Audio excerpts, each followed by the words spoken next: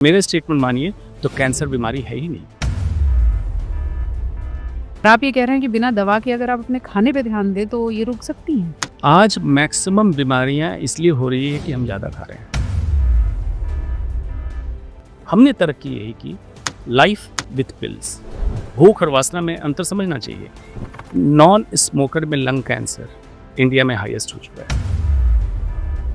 कितने लोग हैं जो अपना दोनों हाथ पीछे एक दूसरे को टच कर लेते हैं इस तरह से? पालथी मार के कितने लोग बैठ लेते हैं?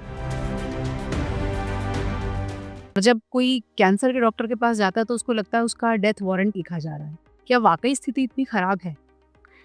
कैंसर में फिजिकल डेथ की जगह आप ये माने emotional death, psychological death, financial death, social death, professional death, ये ज़्यादा होता है रादर देन फिजिकल डेथ ज़्यादा है। शारीरिक मौत से पहले इंसान इमोशनल मौत से मारा जाता है। कैंसर की तादाद बढ़ी भी, और अर्ली एज में पहले आमतौर पे 55-60 साल से ऊपर के व्यक्ति को कैंसर होता था। अर्ली एज मतलब जो व्यक्ति कमा रहा था, ब्रेड एंड बटर अर्नर था घर का, उसको हो गया तो उसके दिमाग में ये भी आ रहा है कि मैं इलाज कराने में अगर मुझे 1.5 महीने का समय लगेगा तो इसमें कमाई का क्या होगा। प्रोफेशनल डेथ, सोशल डेथ, इतनी अवधारणाएं इसमें बनी हुई कैंसर की वजह से कि लोगों को लगता है समाज से बैकआउट कर दिया जाएगा। कैंसर छुआछूत की बीमारी, मरीज बताना नहीं चाहता कि उसे मरीज बताना नहीं चाहता। अदरवाइज मेरे स्टेटमेंट मानिए तो कैंसर बीमारी है ही नहीं। और जो बीमारी मैं कह रहा था, 8 बीमारियां जो एक्चुअल जड़ में है, जिसके कारण diabetes, heart disease, hypertension, cancer, polycystic ovarian disease, Alzheimer disease, attention deficit disorder बच्चों में, और कैंसर, ये 8 बीमारियां मोलिकुलर लेवल पे, दीज डिजीज आर नॉट ड्रगेबल, मतलब इसकी दवा नहीं है। आप जिन बीमारियों की बात कर रहे हैं, कैंसर, हार्ट डिजीज, डायबिटीज, इसी से पूरा दवा बाजार चल रहा है। एग्जैक्टली। और आप ये कह रहे हैं कि बिना दवा के अगर आप अपने खाने पे ध्यान दें तो ये रुक सकती हैं?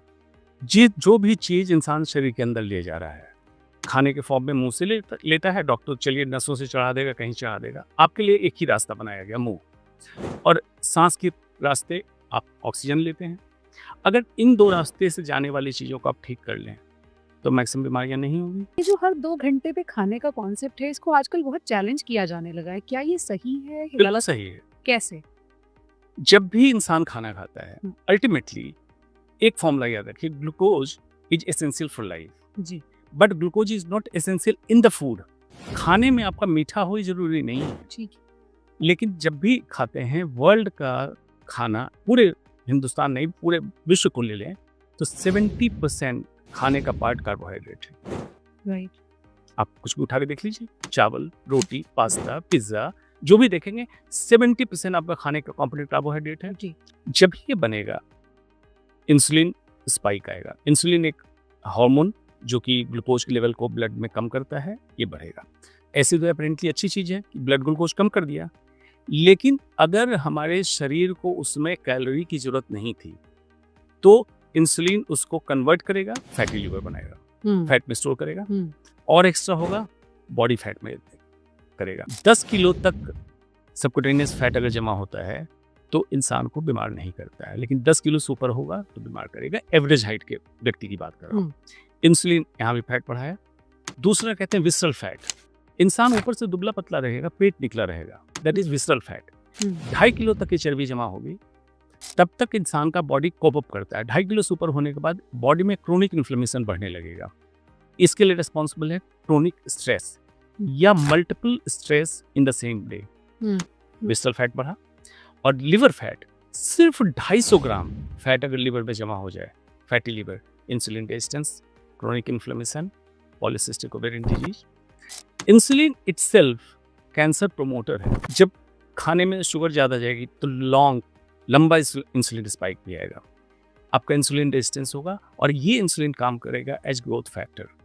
इंसुलिन लाइक ग्रोथ फैक्टर एक सब्सटेंस है जो डायरेक्टली कैंसर को बढ़ाता है, लेकिन इंसुलिन की जरूरत ज़्यादा नहीं होने लगी आपको तो ये भी कैंसर प्रोमोटर हो जाएगा। आप ईटिंग विंडोज का तय कर दें, 6 से 8 घंटे में खाना खा लो।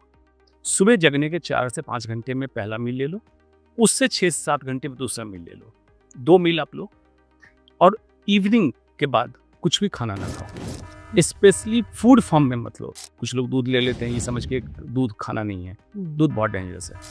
अच्छा। हाँ, अगर बैक टू बेसिक्स आप चले जाएं तो लाइफ में पहली थ्योरी आ जाएगी मिनिमलिज्म, आपकी ज़रूरतें कम होने लगेगी और आप बीमारियों को खरीदने के लिए रोज पैसे खर्च कर रहे हैं, बीमारियों को खरीदने के लिए। कैसे उसमें कैंसर भी है। कैसे खरीदते हैं हम बीमारी? देखिए बीमारियां कैसे खरीदते हैं, आप पैक्ड फूड की तरफ जाते हैं, उसको आप P for pack, P for processed and P for poison, इस निमोनिक से याद रखें। पॉइजन है, खाना नहीं है। उस पे क्या है उस फूड के अंदर, ये तो लिखा हुआ है कार्बोहाइड्रेट, प्रोटीन, कैलोरी सब लिखा हुआ है। What has been done to the food ये नहीं लिखा है। केमिकल क्या डाला गया, प्रोसेसिंग में फाइबर निकाल दिया गया, एंटीऑक्सीडेंट निकाल दिया गया, केमिकल क्या मिलाया गया, ये कहाँ लिखा है? तो क्या ऐसा कोई तरीका नहीं किया जा सकता कि बीमार ना हो? और अगर बीमार हो तो सेल्फ हीलिंग प्रोसेस आपकी इतनी मजबूत हो कि छोटी मोटी सर्दी खांसी होकर बड़ी बीमारी टल जाए। संभव है ये संभव है, ये बिल्कुल संभव है। हमने तरक्की यही की, लाइफ विद पिल्स, गोलियों के साथ जिंदगी बढ़ा दी। Life without pills actual health हुई है। कितने लोग हैं जो दिल्ली में रहने वाले, एनसीआर में रहने वाले सूरज की रोशनी निकलते समय देखते होंगे? कर लें। पहला, सर्कैडियन रिदम, ब्रेन में पिनियल बॉडी है जो सूरज की रोशनी निकलने से एक्टिवेट करती है हमारे रेटिकुलर एक्टिवेटिंग सिस्टम, जो हमें जगाता है। कॉर्टिसोल 4 बजे सुबह अप होता है। 4 बजे आपका पीक टाइम सोने का होता है। कितने लोग सुबह 4 बजे जगते हैं ब्रह्म मुहूर्त में? बहुत कम। पहले तो हार्मोनल डिस्टर्बेंस है जिसके कॉर्टिसोल आपका डिस्टर्ब होगा, central obesity, diabetes, polycystic ovarian disease, cancer. कितने लोग हैं जो एज इट इज खाते हैं, मतलब आटा जब खा रहे हैं गेहूं का तो चोकर के साथ वाला आटा खा रहे हैं, अब रिफाइंड खा रहे हैं, हर कुछ रिफाइंड खा रहे हैं। नेचर ने जब प्रोड्यूस किया, गेहूं बनाया, तो उसमें फाइबर की मात्रा, एंटीऑक्सीडेंट, विटामिन और स्टार्च की मात्रा एक एप्रोप्रिएट स्टैंडर्ड से दिया, साथ में दिया। लेकिन अगर आप उससे बाकी चीजें निकाल दिए, स्टार्च खा रहे हैं, अनहेल्दी हो गया। शुगर छोड़ दिया लोगों ने। खाने में हर समय मैं कहता हूं कि मील में पहले आप फाइबर लें, तो आपने प्रोटीन फैट सेकंड लिया, और थर्ड लें तो कॉम्प्लेक्स कार्ब लें। कॉम्प्लेक्स कार्ब का मतलब है कि आटा अगर ले रहे हैं चोकर सहित आटा लें, चावल ले रहे हैं तो ब्राउन राइस, बाजार वाला ब्राउन राइस नहीं, रंगा हुआ नहीं, प्योर ब्राउन राइस, मतलब डी हस्किंग हो और उसका एक्टोस्पर्म उस पर लाइन हो, मतलब एंटीऑक्सीडेंट, मल्टीविटामिन उस पर मौजूद रहे, ऐसे चावल लें। कम क्वांटिटी, कितनी क्वांटिटी ये भी समझ लीजिए। Fibre, protein, fat, then carb. Carb की मात्रा कितनी होनी चाहिए आपके मील में? अगर आपका वजन बिल्कुल एप्रोप्रिएट है फॉर हाइट तो 1 ग्राम पर kilogram body weight. In between snacking बंद करें और सेकेंड मील फर्स्ट मील के 7 से 8 घंटे के अंदर ले लें, खत्म कर लें। और सूर्यास्त के बाद खाना नहीं? और सूर्यास्त के बाद खाना नहीं है। तो कई लोग ऐसे कहते हैं कि ये संभव नहीं है। दूसरा, 14 दिन का समय है, 14 दिन तक, तीसरे दिन सबसे ज्यादा आपको क्रेविंग होगी खाने की कि मैं खाना खा लो, उसको क्रॉस कर लें। 14 दिन करने के बाद एक अच्छी किताब है जो दरअसल पढ़ना चाहें पढ़ें, एटॉमिक हैबिट्स।